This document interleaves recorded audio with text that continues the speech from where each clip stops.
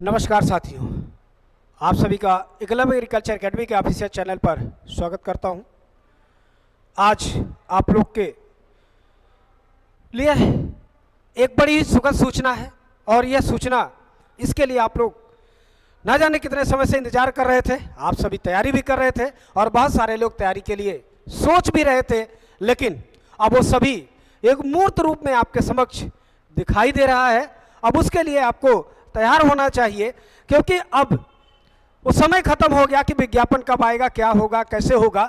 अब उसमें समय इस बात की आ गई कि हम कितना उसके लिए तैयार हैं, क्या हम उसमें बेहतर कर पाएंगे या बेहतर करना चाह रहे हैं तो हमें क्या करना होगा, कहाँ पर जुड़ना होगा, कैसे कार्य करना होगा। तो उन सभी के बारे में हम लोग जानकारी प्राप्त करेंगे, सब कुछ जानेंगे। लेकिन उससे पहले आइए हम लोग देखते हैं आखिर वो चीज़ें है क्या जिसके बारे में आज जानकारी आई हुई है। तो देखिए, एक इस बात को ही अब पढ़ करके आपको समझ में आ गया ये क्या है और अब हमें क्या करना चाहिए। राज्य कृषि सेवा भर्ती का विज्ञापन जारी करने की तैयारी। लोक सेवा आयोग प्रयागराज के द्वारा जो ये कहा गया था जून में ही कि हमारे पास हमको 3 विज्ञापन जारी करना है 2022 में। पहला अपर निजी सचिव, दूसरा समीक्षा एवं सहायक समीक्षा अधिकारी, तीसरा सम्मिलित कृषि सेवा परीक्षा। और इन तीनों में से 2 का कार्य पूर्ण हो चुका है और तीसरा आपका है। तो क्या अभी इसका भी आ गया वक्त? तो मीडिया के माध्यम से आयोग ने स्पष्ट कर दिया कि हम इसकी भी तैयारी हमारी लगभग पूर्ण हो चुकी है, बस देना है। इसका मतलब दिवाली के पहले ये भी आपको मिल जाएगा। बस अब आप कितना तैयार हैं ये आप पर डिपेंड करता है। लेकिन देखिए आयोग ने कहा क्या है, इसको जरा एक बार आप लोग देख लीजिए ताकि आपको थोड़ा सा आसानी हो जाए। लिखा है, उत्तर प्रदेश लोक सेवा आयोग के द्वारा सम्मिलित कृषि सेवा परीक्षा का विज्ञापन जारी करने की तैयारी कर रहा है। आयोग ने 3 साल पहले दिसंबर 2022 में 564 पदों पर भर्ती के लिए विज्ञापन जारी किया था। इसके बाद इन पदों पर कोई भर्ती नहीं हुई। आयोग ने 28 जुलाई 2023 को ही सूचना जारी की थी कि सम्मिलित कृषि सेवा परीक्षा, अपर निजी सचिव और समीक्षा अधिकारी, सहायक समीक्षा अधिकारी की भर्ती संभावित है।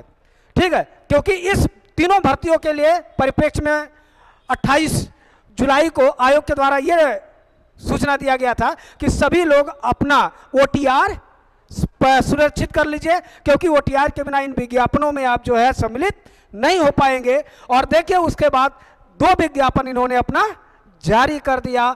तीसरा विज्ञापन आपका है, जिन्हें विदिन 2 वीक्स या दिवाली के पहले ये आपका विज्ञापन आपके समक्ष आ ही जाएगा। ठीक है, तो उसके बाद देखिए और बातें इन्होंने ये सारी चीज़ें वही बात है। इसके बाद आयोग की ओर से APSRO की भर्ती विज्ञापन जारी किया जा चुका है और अभ्यर्थियों को अब सम्मिलित राज्य कृषि सेवा भर्ती के विज्ञापन का इंतजार है। पहले यह भर्ती PCS परीक्षा के माध्यम से होती थी, आप सभी को पता है। ठीक है, लेकिन संख्या सीमित होती थी, तो इसके लिए अलग से सम्मिलित कृषि सेवा परीक्षा का गठन कर दिया गया। ठीक है, और सूत्रों के मुताबिक ये बता रहे कि पदों का अधियाचन प्राप्त हो चुका है। ध्यान रखिएगा, यहीं पर लोग कह रहे थे कि नहीं जो प्रमोशन से लोगों को भर लिया गया, इसलिए अब वो चीज़ें प्रमोशन से होगी और अधियाचन की बात अब नहीं हो पाएगी। ठीक है, लेकिन ये सब चीज़ भ्रामक है, कुछ भी सच नहीं है। आयोग अपनी बात से आपको अवगत करा दिया, अब आपको तैयार होना है। ठीक है, क्योंकि उनके पास जब अधियाचन है तो वो चीज़ें कहाँ जाएगी। ठीक है, सम्मिलित कृषि राज्य सेवा परीक्षा 2022 के तहत 564 प्रकार के पदों की भर्ती विज्ञापन जारी किया गया था। जो सबसे पहली बार जो विज्ञापन जारी किया गया था वो 564 पदों के लिए, यह दूसरी बार आपकी परीक्षा आ रही है।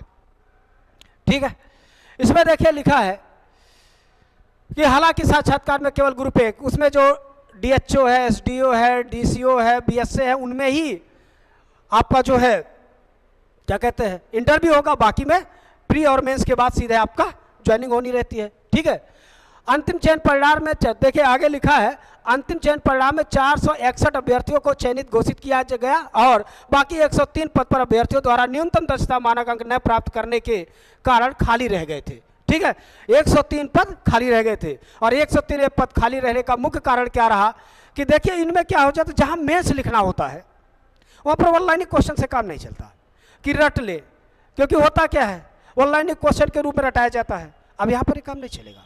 अब यहाँ पर क्या होगा, हमको एग्रीकल्चर को कंप्रीहेंसिव रूप में विशेषज्ञों के साथ जुड़ करके, एक अच्छे विशेषज्ञ के साथ जुड़कर उस विषय का अच्छी जानकारी आपको प्राप्त करनी होगी।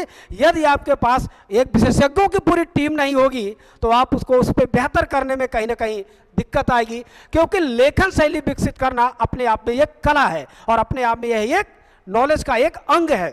अगर ये सब चीज़ें नहीं होगी तो दिक्कतें यही आएगी। जो 103 पद खाली रह गए उसका कारण यही रहा, जो मेंस में 40% मिनिमम अंक प्राप्त करना चाहिए यही नहीं हो पाया। और इसी के लिए अब आपको तय करना है कि हमें जुड़ना कहाँ पर है, क्योंकि अगर आपके साथ एक अच्छे विशेषज्ञों की टीम नहीं होगी तो आपको दिक्कत आ सकती है। और अब क्या है, इनमें बहुत सारे बच्चे हमारी संस्था के साथ जुड़ करके बहुत सारे बच्चे इसकी तैयारी में लगे हुए हैं, ऑलरेडी काम कर रहे हैं। तो यहाँ पर हमारी पूरी 10 लोगों की टीम है जो पीएचडी होल्डर है अपने अपने सब्जेक्ट के, वो अपने अपने विषय को पढ़ाते हैं और इन सभी लोगों का एक मार्गदर्शन किया जा रहा है। और मेंस कैसे लिखा जाए उनके क्वेश्चन की फ्रेमिंग करके अभी से लिखाने का प्रयास शुरू कर दिया गया है और सभी बच्चे अपने कार्य में लगे हुए हैं। तो मैं उम्मीद है आप सभी भी अब इसकी कब आएगा, कैसे आएगा, ये सब चीज़ों को समझेंगे और इसके लिए एक निर्णय लेकर के और अपने कार्य में लग जाएंगे, क्योंकि देर करना भी एक अपने भविष्य के साथ खिलवाड़ करना होता है। इसलिए समय से निर्णय लेकर और एक अच्छी टीम के साथ जुड़कर कार्य करना ही इसमें आपके लिए सबसे बेहतर होगा। तो उम्मीद करते हैं कि आप सभी लोग इसके लिए जल्दी से अपने कार्य को सही करके और आप अपना कार्य इसमें जारी कर देंगे। और अगर संस्था के द्वारा किसी तरह की कोई जानकारी आपको प्राप्त करनी है तो संस्थान के 94 15 25 25 72 ये संस्था का व्हाट्सएप नंबर है। इस व्हाट्सएप नंबर पर फ़ोन करके या मैसेज करके इससे संबंधित पूरी जानकारी प्राप्त कर सकते हैं, क्योंकि एकलव्य एग्रीकल्चर एकेडमी के द्वारा यह बैच शुरू किया जा चुका है, चल रहा है और इसका एक नया मॉड्यूल बैच हमारा 1 नवंबर से फुल फ्लेज रूप में ऑनलाइन ऑफलाइन शुरू हो जाएगा। तब तक के लिए आप इसको देखिए, समझिए और मिलते हैं अगले वीडियो में। तब तक के लिए धन्यवाद।